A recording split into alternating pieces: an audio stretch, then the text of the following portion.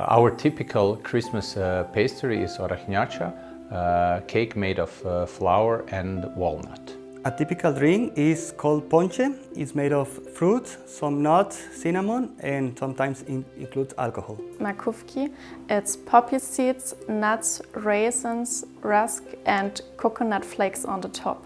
Dresdner Christstollen, which is a pastry that my grandmother used to make herself.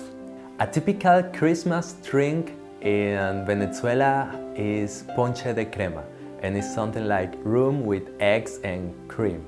The so-called Klezenbrot, which is a bread made out of dried fruit and nuts.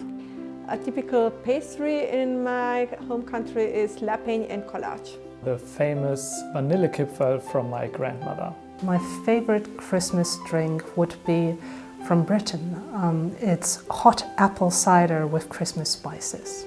Gingerbread or Lebkuchen as we call it in German. Einen schönen zweiten Advent. Have a nice Advent weekend. Ein schönes Adventswochenende. Happy second Advent. Einen schönen zweiten Advent. Ein schönes Adventswochenende.